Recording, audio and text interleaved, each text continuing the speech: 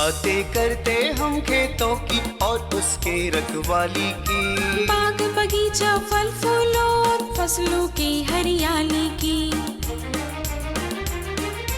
हम बीजों की बातें करते उत्तम जल संसाधन की, हम तकनीकी बातें करते फसलों के उत्पादन की।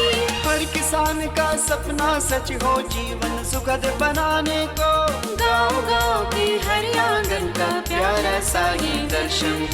कृषि दर्शन, कृषि दर्शन, कृषि दर्शन, कृषि दर्शन, कृषि दर्शन, कृषि दर्शन, कृषि दर्शन, कृषि दर्शन। जोहार, नमस्कार।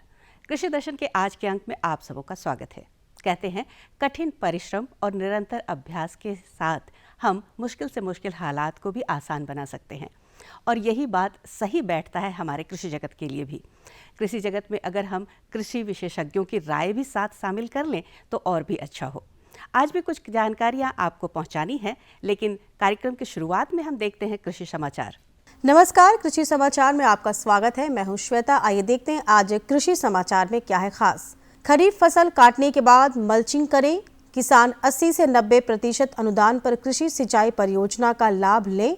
मिर्चा की खेती के लिए अनुशंसित प्रभेद में लगाएं आंध्र ज्योति। अब समाचार विस्तार से। खरीफ फसल काटने के बाद संरक्षण के लिए खेत में पुआल या पत्तियां बिछा दें ताकि खेत की नमी नहीं उड़ सके। इस तकनीक को मल्चिंग कहते हैं। ये तकनीक बुआई के तुरंत बाद भी अपना सकते हैं। प्रधानमंत्री कृषि सिंचाई योजना एवं मिनी स्प्रिंकलर सिंचाई प्रणाली का लाभ किसान 80 से 90% अनुदान पर ले सकते हैं। इस योजना का लाभ लेने के लिए प्रखंड कृषि पदाधिकारी पलामू के कार्यालय में संपर्क कर सकते हैं। इस पद्धति से कम पानी में अधिक क्षेत्रों में सिंचाई किया जाता है और फसल उत्पादन में वृद्धि के साथ उत्पादन लागत में भी कमी आती है। यदि आप मुर्गी पालन कर रहे हैं तो सीआरडी और इकोलाई बीमारी से बचाव करें। इकोलाई से बचाव के लिए मुर्गियों को पीने के लिए स्वच्छ पानी दें, इससे संक्रमण से बचाया जा सकता है। साथ ही सीआरडी से बचाव के लिए फार्म के तापमान पर ध्यान दें, इससे फार्म में होने वाली क्षति को कम किया जा सकता है। सीआरडी या इकोलाई को बचने के लिए इकोलाई के बचने के लिए सबसे अच्छा उपाय है कि आप जो पानी यूज़ कर रहे हैं, पीने में जो पानी दे रहे हैं, उसकी अच्छी तरह से आप सफाई पर ध्यान रखें, वो स्वस्थ पानी रहे और पैथोजन फ्री, मतलब जो संक्रमित माइक्रो ऑर्गेनिज्म या सूक्ष्म जीवों से जो फ्री हो सकता है उतना ट्राई कीजिए और उस तरह से पानी दीजिए। और पानी में नियमित रूप से जो पानी साफ़ करने वाले दवाएं आते हैं उन सबों का भी प्रयोग कीजिए। और पानी के साथ साथ जो आपकी पाइपलाइन है उन सबों के साफ़ सफाई में भी नियमित रूप से ध्यान रखें, तो आप ई कोलाई से आप बचाव कर सकते हैं। मिर्चा की खेती से अधिकाधिक उत्पादन लेने के लिए 1000 ग्राम बीज प्रति हेक्टेयर लगाएं। कतार से कतार की दूरी 50 सेंटीमीटर और पौधा से पौधा की दूरी 50 सेंटीमीटर रखें। बेहतर उत्पादन के लिए अनुशंसित प्रभेद में आंध्र ज्योति, पूसा सदाबहार, NP 46A, पूसा ज्वाला, KA2, California wonder, Chinese giant, yellow wonder, Bharat लगाएं। मिर्चा की खेती के लिए अधिक जल निकासी वाली हल्की दोमट मिट्टी उपयुक्त है। बुआई के 1 माह बाद ही रोपाई करें, साथ ही 10 से 12 दिनों पर सिंचाई करते रहें। किसान भाई शुष्क भूमि कृषि में गहरी बुआई के लिए डीप फरो सीडर नामक कृषि यंत्र का प्रयोग कर सकते हैं। इसकी कार्यक्षमता 50 डिसमिल प्रतिदिन है। आज की विशेष जानकारी है टमाटर फसल में कीटों की रोकथाम के बारे में। जो किसान भाई टमाटर फसल की खेती कर रहे हैं वे विभिन्न कीटों के हमले को रोकने के लिए टमाटर के खेत में पक्षियों को बैठने के लिए जगह बनाएं। पक्षी कीट पतंगों को खाते हैं जिससे फसल सुरक्षित रहता है। इसके लिए प्रति 10 एकड़ खेत पर एक पक्षी आश्रय स्थल बनाएं। और अब एक नजर राज्य के 5 प्रमुख शहरों के मौसम के मिजाज पर। आज राज्य के 5 प्रमुख नगरों के अधिकतम और न्यूनतम तापमान कुछ इस प्रकार दर्ज किए गए। रांची का अधिकतम तापमान 29 डिग्री सेल्सियस और न्यूनतम 18 डिग्री सेल्सियस रहा। कृषि समाचार में आज इतना ही। अगले दिन अगले अंक में फिर मिलेंगे कुछ नई जानकारियों के साथ। तब तक के लिए दीजिए इजाजत। नमस्कार, जोहार। कृषि समाचार के बाद वक्त होता है एक छोटे से विराम का। मिलते हैं इस विराम के बाद। भारत सरकार का हर प्रयास किसानों को दे रहा है एक नई आस। देश के किसानों की खुशहाली और उन्हें आत्मनिर्भर बनाने के लिए भारत सरकार समर्पित है। प्रधानमंत्री श्री नरेंद्र मोदी जी के नेतृत्व में कृषि क्षेत्र में किए गए निरंतर प्रयासों के फलस्वरूप देश खाद्यान्न व बागवानी के क्षेत्र में आत्मनिर्भर हो चुका है और देश में दलहन का उत्पादन भी बढ़ा है। इसी तरह भारत सरकार ने खाद्य तेलों के उत्पादन को बढ़ाने के भी अनेक प्रयास किए हैं। इसी क्रम को आगे बढ़ाते हुए माननीय प्रधानमंत्री श्री नरेंद्र मोदी जी के नेतृत्व में भारत सरकार ने दूरदर्शी निर्णय लेते हुए राष्ट्रीय खाद्य तेल मिशन ऑयल पाम की शुरुआत की है। इस मिशन से देश भर के किसानों को बहुत लाभ मिलेगा। कृषि के पूंजी निवेश में वृद्धि होगी, खाद्य तेल आयात पर देश की निर्भरता कम होगी और रोजगार के नए अवसर पैदा होंगे। खाने के तेल में आत्मनिर्भरता के लिए अब राष्ट्रीय खाद्य तेल मिशन ऑयल पाम का संकल्प लिया गया है। इससे किसानों को तो सीधा लाभ होगा ही, गरीब और मध्यम वर्ग के परिवारों को सस्ता और अच्छी क्वालिटी का तेल भी मिलेगा। यही नहीं, ये मिशन बड़े स्तर पर रोजगार का निर्माण करेगा। इस मिशन के अंतर्गत ऑयल पाम का रकबा और पैदावार बढ़ाने पर जोर देने के लिए सरकार ने 11,000 करोड़ रुपए से अधिक की सहायता राशि निर्धारित की है। मिशन के तहत सरकार ने ऑयल पाम की खेती के लिए रोपण आदि की सहायता में बढ़ोतरी करते हुए पहले मिलने वाले 12,000 रुपए प्रति हेक्टेयर को बढ़ाकर 29,000 रुपए प्रति हेक्टेयर तक कर दिया है। ऑयल पाम के पुराने बागों के पुनरुद्धार के लिए 250 रुपए प्रति पौधा के हिसाब से विशेष सहायता दी जा रही है। पौधारोपण सामग्री की कमी दूर करने और बीजों की पैदावार करने वाले बागों को भी सहायता दी जाएगी। इसके तहत 15 हेक्टेयर ऑयल पाम उद्यान के लिए 80 लाख रुपए तक की सहायता राशि दी जाएगी। इसके अलावा नर्सरी विकास के लिए 40 लाख रुपए तक तय किए गए हैं। पूर्वोत्तर और अंडमान राज्यों के लिए विशेष सहायता का भी प्रावधान है। ऑयल पाम के किसान ताजे फलों के गुच्छे यानी FFB का उत्पादन करते हैं, जिनकी वर्तमान में कीमतें अंतर्राष्ट्रीय मूल्यों में उतार चढ़ाव के आधार पर तय होती हैं। पहली बार केंद्र सरकार ताजे फलों के गुच्छे की कीमत के लिए किसानों को आश्वासन दे रही है। ये व्यवहार्यता मूल्य यानी VP कहलाएगा, यानी किसानों को कोई घाटा नहीं होने दिया जाएगा। व्यवहार्यता मूल्य VP तय करने की शुरुआत 1 नवंबर से होगी और अगले वर्ष 31 अक्टूबर तक जारी रहेगी। इसे ऑयल पाम वर्ष कहा जाएगा। इस योजना के तहत वर्ष 2025-26 तक ऑयल पाम का रकबा 6.5 लाख हेक्टेयर सृजित करने और कच्चे ऑयल पाम की पैदावार वर्ष 2025-26 तक 11.20 लाख टन पहुंचाने का लक्ष्य निर्धारित किया गया है। सरकार के इस महत्वपूर्ण निर्णय से देश में ऑयल पाम की खेती करने वाले किसानों में विश्वास पैदा होगा और वे खेती का रकबा बढ़ाएंगे। इस तरह पाम ऑयल का उत्पादन भी बढ़ेगा, जिससे किसानों की आय बढ़ेगी और ग्रामीण अर्थव्यवस्था भी सुदृढ़ होगी। किसान भाइयों, कृषि जगत में उर्वरक का क्या महत्व है, ये तो हम सभी जानते हैं। अगर हमको इसका सही लाभ लेना है तो ये जानना जरूरी है कि इसका इस्तेमाल कैसे किया जाए, कैसे करें हम रबी फसलों में उर्वरक प्रबंधन। पूरी जानकारी आपको दिलाते हैं इस कार्यक्रम के माध्यम से। किसान भाइयों, आज हम बात करेंगे रबी फसल में उर्वरक प्रबंधन के बारे में और इस विषय पर जानकारी देने के लिए आज हमारे साथ है हार्प पलांडू के विशेषज्ञ डॉक्टर SK नायक। डॉक्टर साहब, जैसा कि आज का विषय हमने लिया है रबी फसल में उर्वरक प्रबंधन, तो सबसे पहले आप हमारे किसान भाइयों को बताएं कि रबी में कौन कौन सी फसलें लगी हुई हैं और इनका उर्वरक प्रबंधन हमारे किसान भाई कैसे करेंगे। किसान भाइयों, जो आप रबी फसल, जो रबी समय में जो फसल करना है, जो सब्जी का जो खेती करते हैं, इसमें मुख्यतः आपका है टमाटर कर सकते हैं, बैगन होता है, फूल गोभी होता है, पत्ता गोभी होता है, मटर होता है, बहुत सारे ऐसे बीन्स होते हैं, बहुत सारे उसमें सब्जी की खेती कर सकते हैं।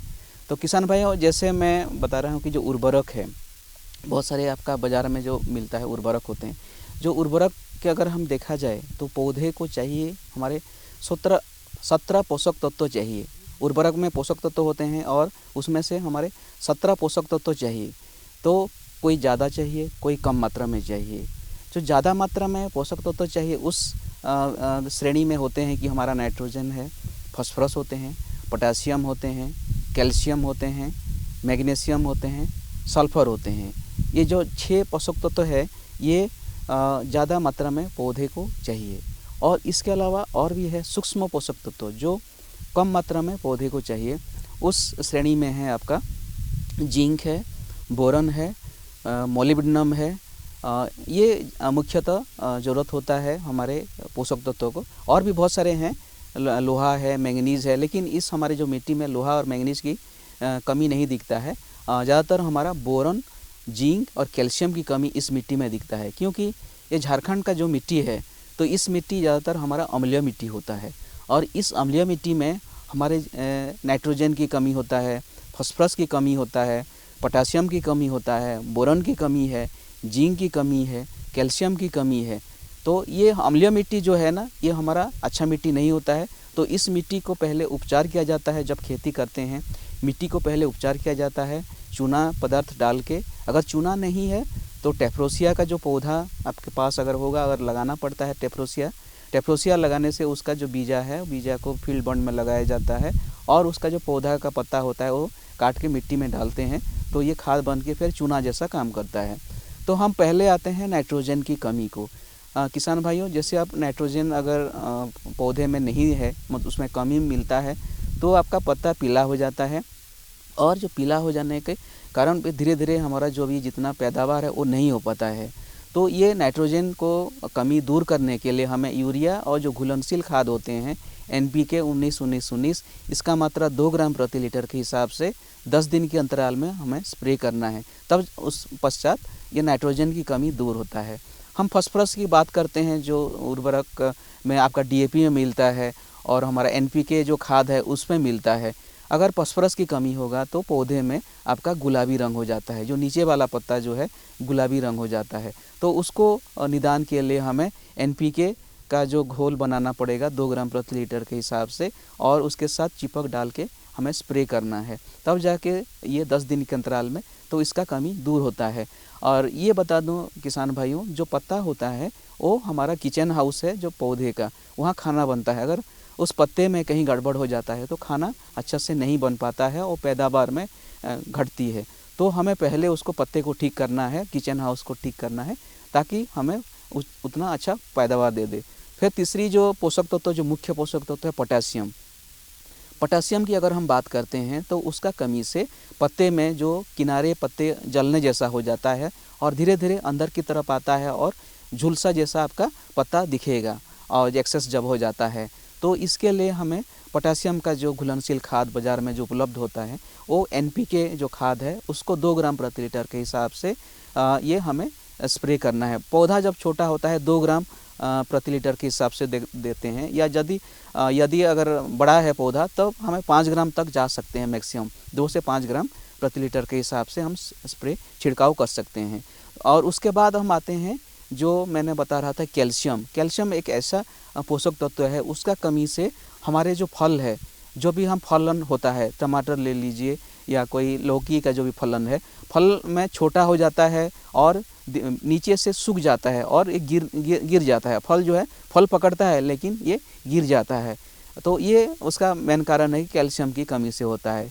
तो इसका निदान के लिए हमें कैल्शियम नाइट्रेट का प्रयोग जरूरी है। तो कैल्शियम नाइट्रेट 2 ग्राम प्रति लीटर के हिसाब से हमें स्प्रे करना है फूल धरने से पहले, क्योंकि इसका कमी हमें ज़्यादातर फल में ही उसका दिखता है। तो हमें फूल धरने से पहले इसका स्प्रे करना है। 1 महीना पहले, फूल धरने से पहले 10 दिन के अंतराल में 2 बार। उसी हिसाब से बोरन की अगर बात करते हैं, बोरन एक सूक्ष्म पोषक तत्व है और इसका कमी से ये जो फूल जो गिर जाता है, फल नहीं पकड़ता है, फूल गिर जाता है, या हमारा डिस्कलर हो जाता है, या फल फट जाता है। कोई भी फल अगर फट रहा है सब्जी का, या जो ऊपर वाला सब्जी या जो भी आलू का जो भी है नीचे अगर फटता भी है, तो ये सभी का दूर करने के लिए बोरन का छिड़काव चाहिए। तो बोरन छिड़काव करने के लिए 20 लीटर पानी में हमें 20 ग्राम बोरन 20, उसके साथ 50 ग्राम यूरिया मिलाना है और एक शैम्पू मिलाना है।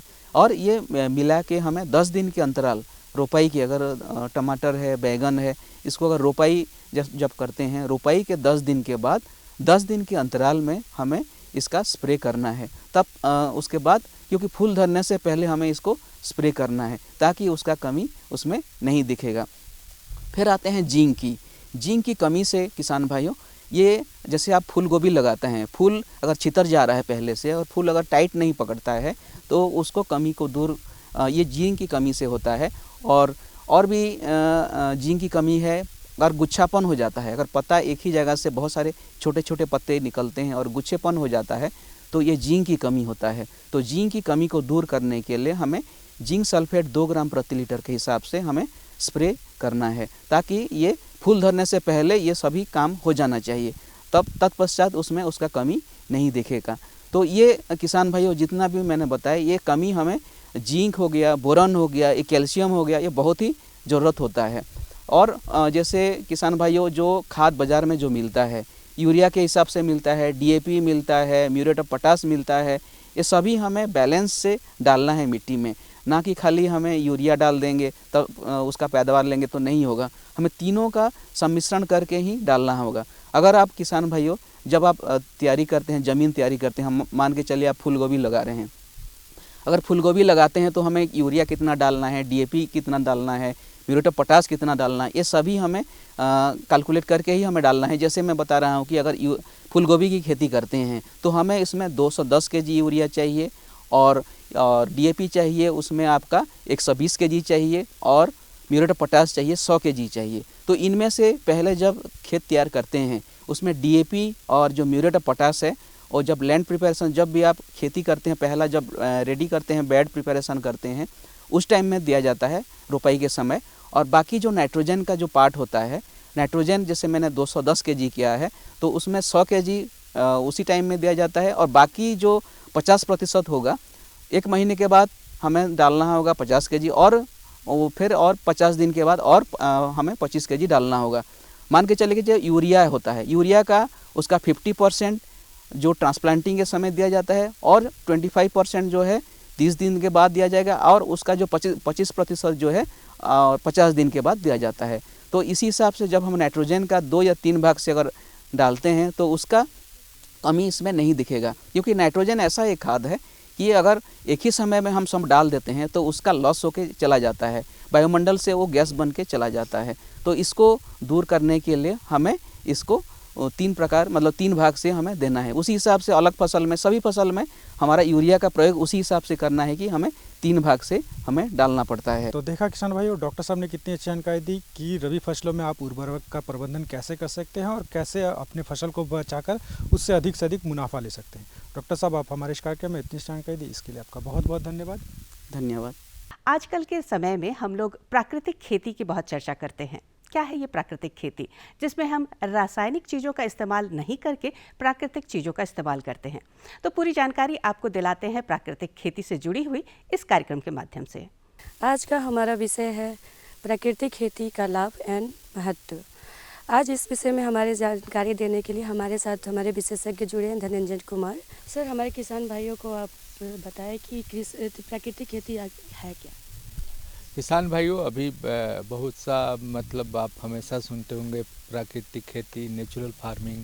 भारत सरकार का इस पर बहुत सा सेमिनार और वर्कशॉप भी हो रहा है, प्रशिक्षण भी दिया जा रहा है कि प्राकृतिक खेती का बढ़ावा दें। तो प्राकृतिक खेती क्या है? प्राकृतिक खेती मतलब नाम से ही है कि प्रकृति में जो भी संसाधन है उसी को जो उपलब्ध है उसी से हम अपना खेती करें। उसमें क्या होता है कि प्राकृतिक खेती में जो भी हमारे पास जैसे गाय है तो गौमूत्र है, गोबर है, उससे खेती किया जाता है। उसमें कोई बाहरी चीज़ नहीं है। जैसे मान लीजिए कि कोई भी सामान जो हम अभी जो है आपको रासायनिक दवा लेते हैं, रासायनिक खाद लेते हैं, तो उसका प्रयोग यहाँ पर नहीं होता है। तो उससे क्या होता है कि हमारा खेती का लागत कम हो जाता है। अभी क्या है कि आप जितना रासायनिक दवा और रासायनिक खाद का प्रयोग कर रहे हैं तो उसमें जो है हमारा लागत बढ़ते जाता है। अगर मुनाफा उस हिसाब से आपका नहीं हो पाता है, तो इसलिए जो है प्राकृतिक खेती में क्या है कि कम लागत में और आपको उत्पादन लेना है। उससे फ़ायदा क्या है कि एक तो कि हमारा मिट्टी का सुधार होता है, मिट्टी प्रदूषित नहीं होता है। दूसरा जो है उससे जो फल या सब्जी या अनाज या दलहन या तिलहन जो भी निकलता है तो वह जो है हमारे लिए शुद्ध है और मतलब उसका हमारे शरीर पर दुष्प्रभाव नहीं पड़ेगा। तो इन सब बातों को ध्यान में रख कर के प्राकृतिक खेती का जो है अभी बढ़ावा दिया जा रहा है, क्योंकि है कि कोई रासायनिक खाद और रासायनिक दवा का जो है बहुत ज़्यादा दुष्प्रभाव पड़ रहा है। एक तो हमारा ज़मीन खराब हो रहा है, दूसरा जो भी आदमी उसको फल सब्जी या अनाज दलहन को खाते हैं वह बीमार पड़ रहे हैं। उसके अलावा जो है प्राकृतिक में जो हमारा बहुत सा लाभदायक कीट है या पक्षी जो है वो सब भी जो है रासायनिक दवा के दुष्प्रभाव से, रासायनिक खाद के दुष्प्रभाव से जो विलुप्त होते जा रहे हैं, मरते जा रहे हैं। तो प्रकृति में जो है असंतुलन पैदा हो गया है। तो इसलिए जो है प्राकृतिक खेती बहुत ही आवश्यक है आज के समय में। सर, आजकल हम बहुत सुन रहे हैं कि जैविक खेती भी हो रही है, तो प्राकृतिक एंड जैविक खेती में क्या अंतर है? बहुत अच्छा प्रश्न आपने किया। एक्चुअल में जो प्राकृतिक खेती है उससे जो भी चीज़ निकलेगा वो जैविक ही है। लेकिन जो जैविक खेती है, जैविक खेती में क्या होता है कि हम फिर बाज़ार पर निर्भर हो जाते हैं। बाज़ार से कुछ जैविक उत्पाद आपको मिलेगा, वो खाद के रूप में भी है, वो दवा के रूप में भी है। अब वहाँ पर क्या है कि वहाँ पर कोई कंट्रोल नहीं है, वहाँ पर कोई नियंत्रण नहीं है। अगर हम जैविक खाद के नाम पर उसमें यूरिया मिला दे रहे हैं, जैविक दवा के नाम पर हम उसमें कोई केमिकल को मिला दे रहे हैं जिससे कि ज़्यादा असरदार हो, और वहाँ तो किसान को जैसे मतलब खुश करना है कि हमको देखो हमारा ये जैविक से आपका मतलब उत्पादन बढ़ गया, उसमें कीट एवं रोग का प्रकोप नहीं हुआ। तो वहाँ पर एक संभावना है कि आपको जो है बाज़ार से जब भी आप जैविक सामग्री लेंगे तो वहाँ पर जो है मिलावट की संभावना है, तो उसका कोई गारंटी नहीं है। लेकिन जब हम प्राकृतिक खेती करते हैं तो उसमें कोई मिलावट नहीं होता है। तो प्राकृतिक खेती का जो भी प्रोड्यूस है वो सब जो है जैविक के लिए अच्छा है। और जैविक खेती तभी आप करें बाहर का प्रोडक्ट जब आपको उसका जानकारी मिल जाए कि नहीं एकदम शुद्ध है, इसमें कोई रासायनिक तत्व नहीं मिलाया गया है। सर, प्राकृतिक खेती में आखिर में क्या क्या लाभ होते हैं हमारे किसान भाइयों को थोड़ा देखिए। प्राकृतिक खेती में पहला तो है जैसे कि मिट्टी में हम रासायनिक खाद का प्रयोग नहीं करते। हम वहाँ पर जो है बहुत सा आपको बना हुआ चीज़ आता है। जैसे प्राकृतिक खेती आप कर रहे हैं तो प्राकृतिक खेती में होता क्या है कि हमको देसी गाय की आवश्यकता ज़रूर है। आपको एक देसी गाय अगर आप रखते हैं तो उससे 25 से 30 एकड़ ज़मीन में आप प्राकृतिक खेती कर सकते हैं। उसमें क्या है कि हम लोग जो गोबर डालते हैं खेत में, तो चाहे तो उसको सुखा करके डालते हैं या सड़ा करके डालते हैं। तो जो गोबर में, जो हमारे गाय के गोबर में, देसी गाय के गोबर में जो हमारे लिए बेनिफिशियल बैक्टीरिया है, माइक्रो ऑर्गेनिज्म है, वह जो है वो समाप्त हो जाता है। सिर्फ जो है वो ज़मीन में जाता है तो मिट्टी को भुरभुरा करता है। यहाँ पर जब हम प्राकृतिक खेती की बात करते हैं तो इसमें क्या है कि एक जीवामृत बनाते हैं। जीवामृत में क्या है कि 20 लीटर पानी लेकर के उसमें 1 किलो ताज़ा गोबर, 1 लीटर गौमूत्र, 250 ग्राम बेसन किसी भी दलहनी फसल का जो कि आपके घर कहीं है, गुड़ 250 ग्राम, क्योंकि गुड़ भी किसान मतलब जहाँ गन्ना की खेती होता है तो गुड़ भी उत्पादन करता है, उसको उसमें मिला देना है। और उसके साथ साथ जो है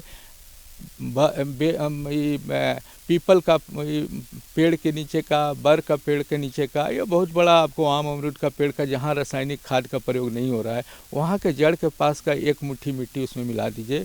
मिलाने के बाद जो है उसको छाया में रखिए और सुबह शाम जो है उसको चलाना है। लोहा से नहीं चलाना है, लकड़ी से चलाना है। और लोहा के बर्तन में नहीं रखना है, प्लास्टिक के बर्तन में रखना है, मिट्टी के बर्तन में रखना है। इस तरह के जीवामृत को बना करके और जब हम जो प्रयोग करते हैं, पौधे पर छिड़काव करते हैं, तो फिर हमको नाइट्रोजन की आवश्यकता नहीं पड़ती है, यूरिया डालने की आवश्यकता नहीं पड़ता है, और हमारा खेती उससे जो है अच्छा लाभदायक होता है। तो इस तरह से हमको प्राकृतिक खेती का लाभ होता है। और प्राकृतिक खेती में जब आप रासायनिक खाद नहीं डालेंगे तो ज़मीन में जो केचुआ है वो केचुआ की संख्या बढ़ जाता है। जब केचुआ की संख्या बढ़ जाता है तो मिट्टी को उत्पादक बना देता है। आप देखते होंगे कि कितना भी बारिश हुआ है, अगर केचुआ आपके ज़मीन में है तो बारिश होने के 2-4 दिन बाद ही जो है मिट्टी को भुरभुरा करने लगता है, चालने लगता है। तो मिट्टी जब चालेगा, भुरभुरा करेगा, तो पौधे के जड़ के पास जो है हवा जाएगा तो फिर उससे जो है पौधा स्वस्थ होगा और उत्पादन बढ़ जाएगा। दूसरा जो हमारे घर का संसाधन है जैसे कि बेसन, हम लोग दलहनी फसल का खेती करते हैं, बेसन का प्रयोग करते हैं। अगर आप गन्ना का करते हैं तो गुड़ का, या गुड़ आप खरीद सकते हैं। गुड़ में बहुत ज़्यादा मतलब कोई वैसा रासायनिक दवा का मिलावट नहीं किया जाता है।